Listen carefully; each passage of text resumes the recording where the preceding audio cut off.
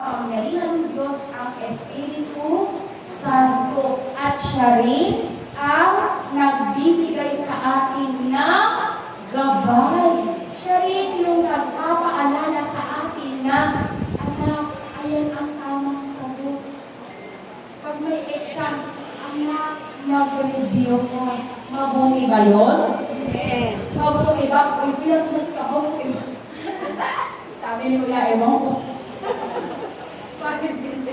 Mabuti ba yun? Kung narinig natin gano'n, anak, meron kang exam.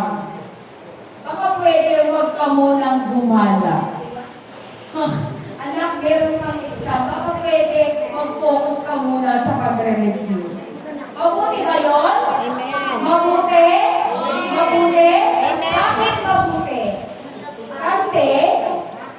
Bakit mabuti? Kasi, pag kayo nag-aaral at nag-focus sa pagre-review kapag may exam, anong mangyayari sa grades nyo? Anong mangyayari sa score? Anong mangyayari? Papasa kung nag-aaral? Papasa. Magiging highest score. O mabuti, masama? O, mabuti. Kaya nga, ilan ang ipapaalala sa atin ng masamang espiritu. Nasabihin niya ka, anak, masama yung sobrang pagpupuya. Holy Spirit. Yun yung gagawin sa atin ng Espiritu Santo. Siya yung magpupudyok sa atin ng mga mabubuting bagay. Iyon ang Espiritu Santo na gagabay sa atin sa araw-araw.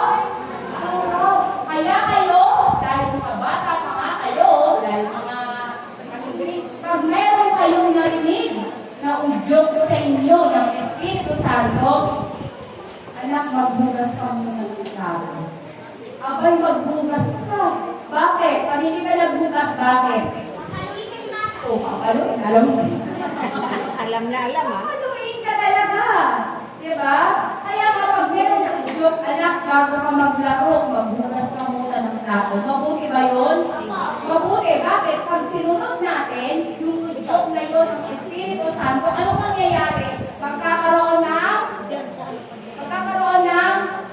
peace. Hindi magagalit ang nanay nyo. Magkakaroon ng peace of love. Peace of mind. Diba? Oo, kasi sinunod mo yung Espiritu Santo sa iyo. Diba? Kaya nga ang Espiritu Santo, siya yung magpupudyok sa iyo ng mabuti. Amen ba? Amen ba? Palakpakan natin ng malakas ang ating Panginoon.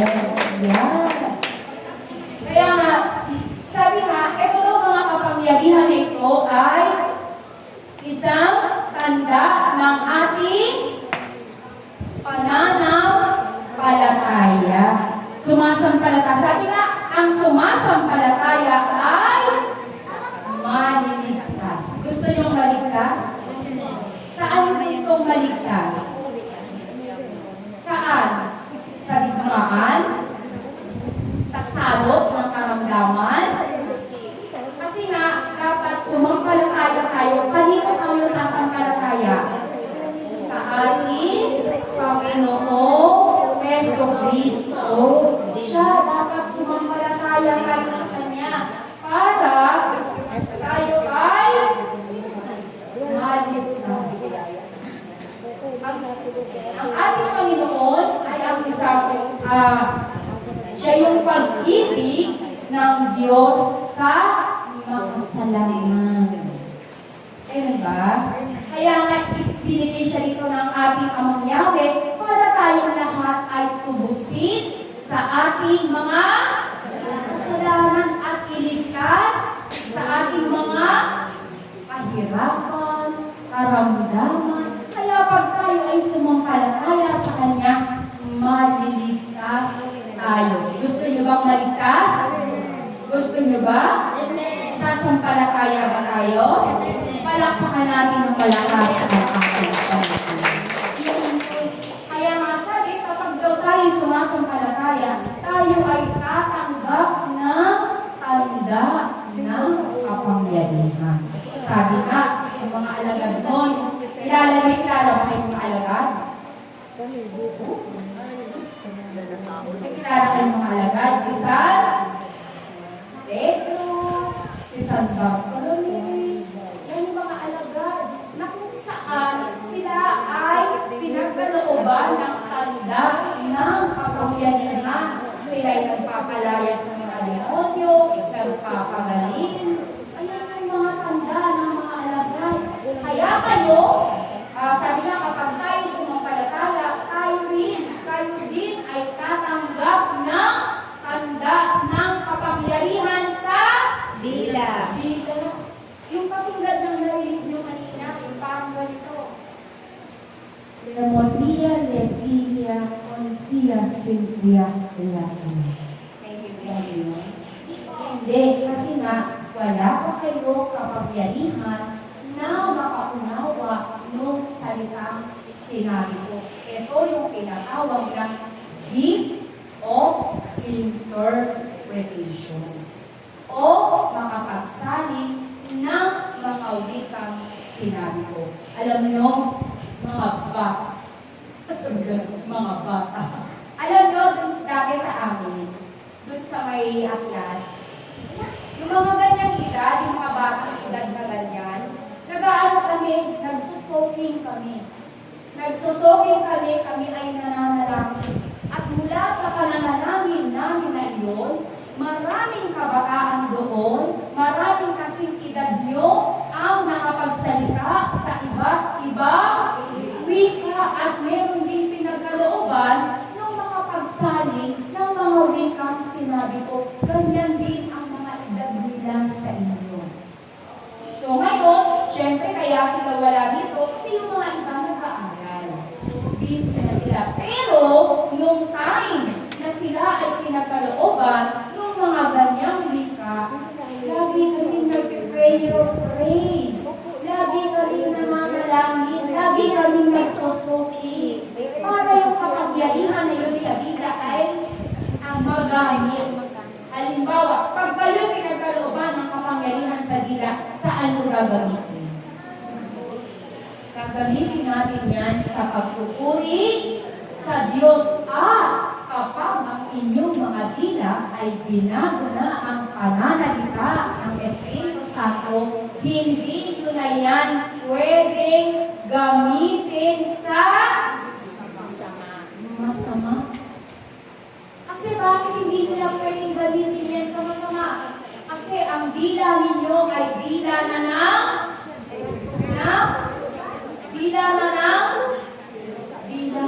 Diyos. Dila na ng Espiritu Santo. Kaya hindi ko na yan pwedeng gamitin sa masama. Kundi gagamitin na lang natin yan sa pagtaboy ng mga salot, sa pagtaboy ng kahirapan. At sabi nga, ang pananampalataya ay gumagawa ng himala. Sabi nga sa isang palabas, walang himala. Diba? Naririnig niyo ba yung gano'n? Pero sa Diyos, hindi nawawalan ng himala. Kapag sinabi mo, mangyayari. Halimbawa, hindi mo pa nakikita, sino na nakakita ng future niyo? Yung future niyo, paglaki niyo. Hindi pa natin alam, no? Pero pag sinabi natin, magiging business woman ako pagdating ng araw. Kailangan, nandun yung faith natin. Amen ba? Kasi nga, alam nyo, ang demonyo, kilala din nila ang Diyos. Amen ba? Pero, wala silang pananampalataya at wala silang pag-ibig. Amen ba? Kaya kapag tayo ay pinununa ng kapangyarihan, ang ating mga dila ay makakagawa na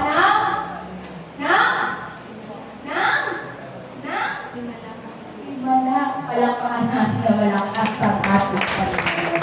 Kaya tayo makakagawa na ng himala. Pag sinabi natin, ngayon, walang laman ng rep nyo, sabihin nyo, magkakalaman ang rep natin bukas. Nga, sabihin nyo nga, amen. Palakpakan natin na malakas ang ating Kailangan yung faith nandoon kasi nga yung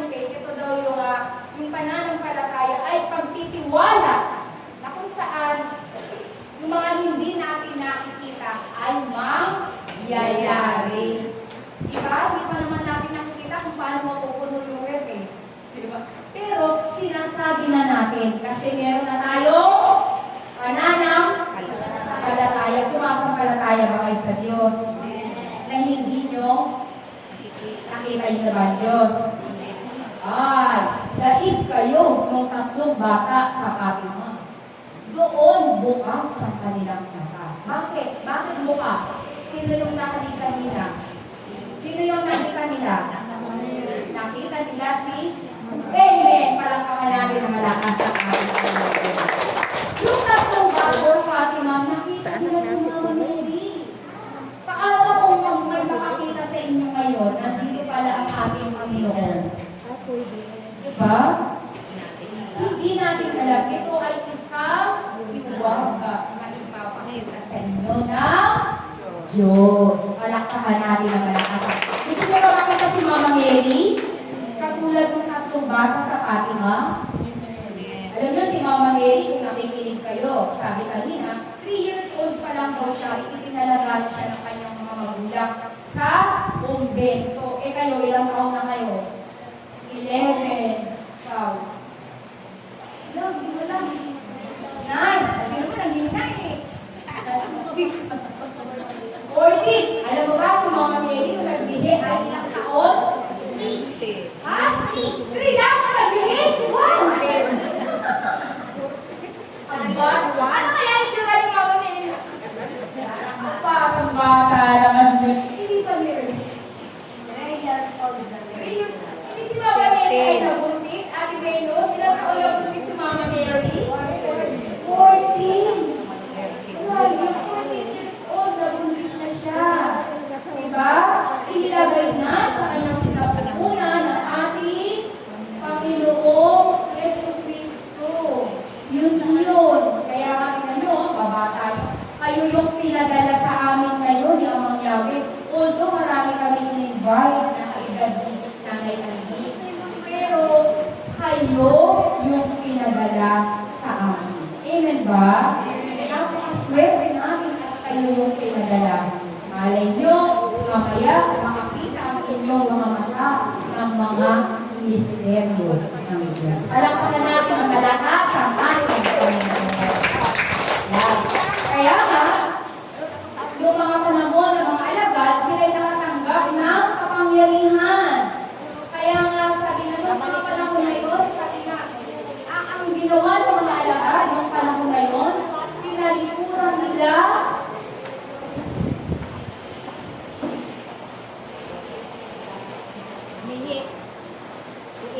tinalikuran nila ang kanilang mga kasalanan. Tumalikod na sila sa pagkakasalan. Yun ang ginawa ng mga alagad para tayo ay magkaroon ng pagbabago. Kailangan kasi natin ma-convert. Kailangan yung mga dati natin ginagawa, hindi na natin ginagawa. Kung masama man yung ating ginagawa, hindi na natin ginagawa ngayon. Amen ba? Palakpakan natin ang malakas ang ating Panginoon. Kaya mamaya, mga kabataan na pinadala ng Diyos dito, na mamaya kayo po ay i-lay hands. Katulad ng mga ginagawa ng alagad, yung mga alagad noon, nag-lay hands din sila doon sa mga tao. Katulad ng ganitong ginagawa. Kaya po mamaya, i-lay hands din kayo. Amen ba? Para ang inyong mga dila ay magkaroon ng kapangyarihan. Saan gagamitin? Sa mabuti. Sa kabutihan. Palakpakan natin ang malakas ang ating Panginoon. At syempre, sa panghuli, hingin natin ang pag-ubili ng Espiritu